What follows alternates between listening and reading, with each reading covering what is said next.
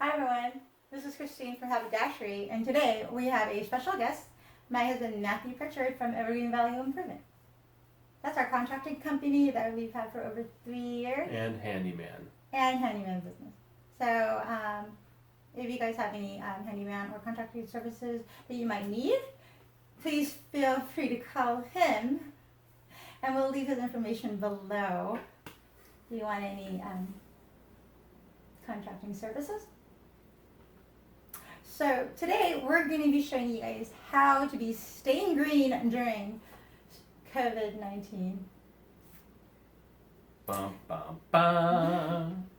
And basically what we're going to be doing is going to be showing you how to take food scraps from your normal groceries, like these over here, and basically regrow them and have a sustainable garden that pretty much will grow on its own. Obviously you have to water it, so it doesn't quite grow on its own, but water it and give it some nutrients. But definitely it's just another way that hopefully we can ease any food shortage problems we might be facing. I really hope that that's not the case, but we always just want to have some new innovative ideas to do things, especially for having fresh food and vegetables. That's supposed to, I think it's Actually, important. these ideas have been around for a long time. I know. It's just that people should start utilizing them, True. considering current circumstances. Absolutely. Thank you so much. But so we did garden before in our last location that we lived in, and back in the Bay Area. We had chickens. They were so cute. They were dirty, but their eggs were wonderful. They were great.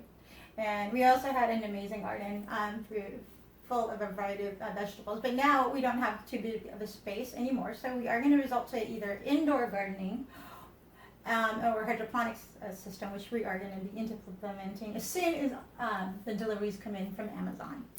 So yeah, right now we're going to have, I'm going to put a link down below, just some ideas, over 25 vegetables that you could possibly use to reproduce just from some regular scraps like this. Obviously this is not all 25, but it is a good amount, and I think it's pretty sustainable. Also, not alone, I mean, you could definitely just go ahead and use the scraps and put them directly in soil, or and basically grow it that way. But do you know of another way that we could possibly help the growth of any clippings or cuttings? Rooting compound? Yes, rooting compounds. So we don't Compound? we don't have any.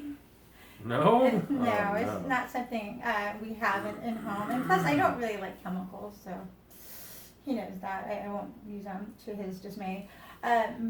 But I did go online, and we did find a few other options that you could use from regular household items. That would include apple cider vinegar.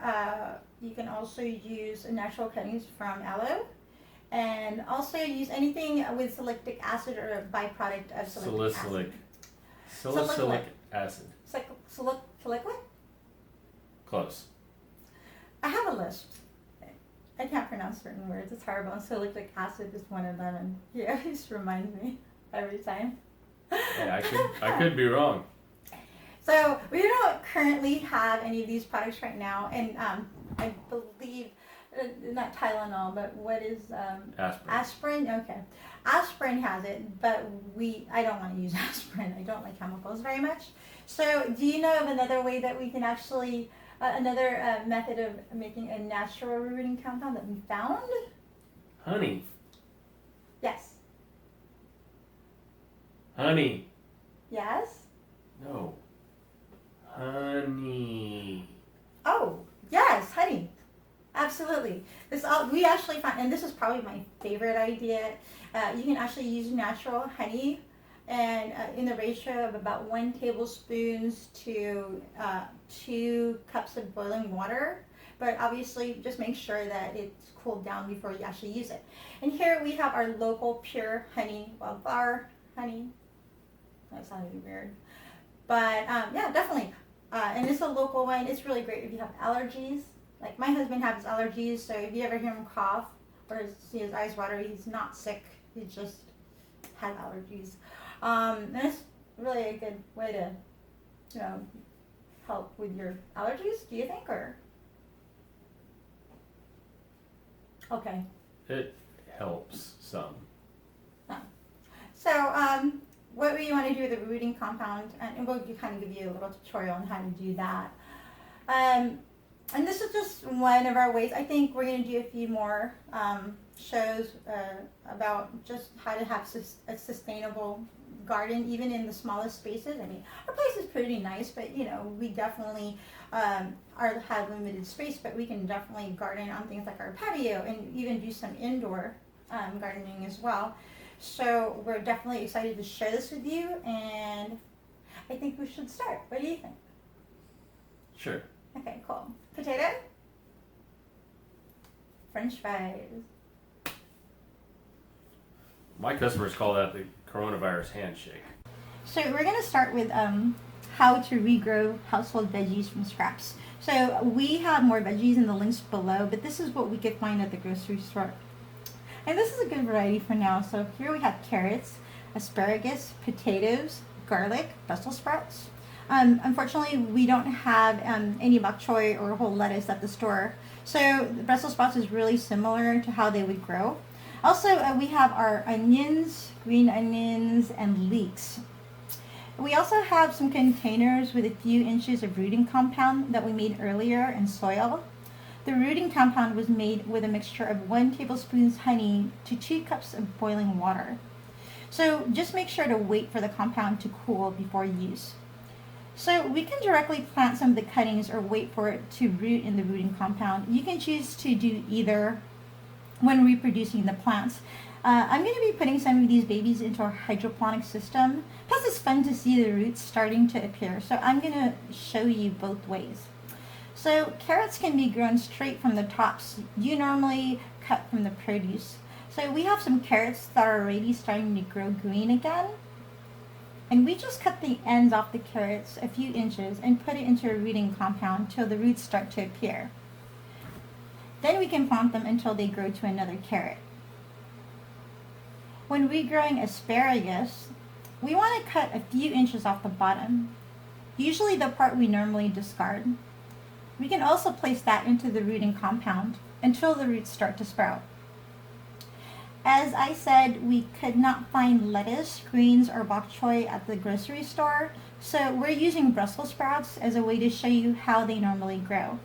So take the normal cuttings of the Brussels sprout and put that down, base first, into the rooting compound. Here our sprouts already showing some growth, but I will put it into the compound for a little longer so that I can get more growth before transferring. With garlic and potatoes, you can plant them directly in soil. With the garlic, find a large single piece of garlic, clean it, and evolve its peel, and you can then transfer it directly to the soil or rooting compound. Here, we're going to put the clove directly into the soil with the base down. So you probably want to use a larger container, but this is just for the tutorial. Potatoes you can plant whole or cut up into smaller pieces and put into the soil. Just make sure you have at least 2 to 3 eyes on the piece and that you plant it at least 4 inches into the soil in a large bucket or pot, adding more soil on top when roots start to develop and more potatoes start to grow. With onions, you want to use the normal discard of onions and plant it directly in the soil, roots down. As more roots start to grow, you will want to remove the original onion and space out the new growth, so no less than 6 inches apart. Leeks and green onions pretty much grow similarly. So you want to take the discard of mostly the white part of the base, and you either put the rooting compound or directly in the soil. So either way. From there, you can just cut the new growths and use as needed. So for more information on how much time rooting will take and how your plants should look, you can go ahead and follow the links below. So we hope you guys enjoyed our video on how to basically grow food from just your scraps that you get from regular groceries. We really enjoyed this video. Food is such an important thing in life, and we realize that right now with some of the shortages that we're seeing in the grocery stores, it can be really scary. We just went grocery shopping today, right, for some of these things, and it was discerning. There are a lot of things missing from the shelves, and even more so now, why I think this would be a very important thing to do, just because we want to make sure people have resources and ways to maybe have food and not have to scramble for any of their resources. If this gets prolonged, I mean, our hope is that it ends soon. But in the meantime, we're going to be diligent and just do things like this to kind of, and it's kind of nice to have, right? Just have our own little garden in our little apartment. And this is great for people who have small places and don't have enough room. And I'm also suggesting to everybody maybe to have community gardens. They don't have any. You're forgetting something. What? Oh, yeah, let me go through this real quick too, because when we were doing our video, we did a few bloopers. So we're going to go through them now, because I don't want you to actually do what we told you to do and then wonder why it didn't work. So one of the things, Matthew, and this is because I didn't tell him, he accidentally was put face down. And actually what you'd want to do is you actually want to, when you're just trying to get it to root, face it, put it in there, the compound with the roots coming down that way. And you also want to plant it that way too. And we actually, for some strange reason, even though it was the biggest thing on the board, we forgot about the lettuce. Celery. The celery, excuse me. So you also want to make sure that it's being, when you put it down on the rooting compound, this is where the roots are going to come from. You also put it down that way, and you also plant it that way. And you can basically harvest it. I would just suggest not even cutting it out. Taking the whole thing out when you're harvesting, just kind of cut what you need, which is really, very cool. So, I'm going to be making a few more videos, or we will, if you're willing to do a few more with me, because I really enjoyed doing this video. But did you enjoy it? It's a long process, I'm not going to lie. It is. And he's a little bit shyer than I am, so we'll get used to this. Because I actually enjoyed having you today. I thought it was very nice and engaging to have your help. So we're going to hopefully do a few more videos. I wanted to do one on actual cuttings of herbs. That way you can actually use cuttings from just regular herbs and make more. And that way you would never have to run out. And also I want to actually show you how to grow from seed. So I'm waiting on a hydroponic system. And Matt's going to help me out with that, right, Matt? Sure, why not? Sure, he will. He doesn't have a choice. So he's going to be helping me out with that, and so we'll be able to kind of show you how the hydroponic systems are even better for smaller areas, because you're literally only using a very small system of water and little potting pods to grow food. So hopefully you tune in for that. Please, if you really got anything out of this video or you enjoyed what you saw, please remember to make sure to like and subscribe to our channel. Thank you, Matt, so much for joining us. I know no problem. You're such a sweetheart, and I wanted to wish you a very happy anniversary. Yes, happy anniversary. Yeah. And did you have anything you wanted to leave to everyone watching? Just we leave our very best wishes to everyone, and we're keeping everyone in our prayers during this time of difficulty. Thank you so much. Just remember, we're here if you have any questions or concerns. Please feel free to comment below. Until then, keep safe and healthy. Thanks so much for coming out.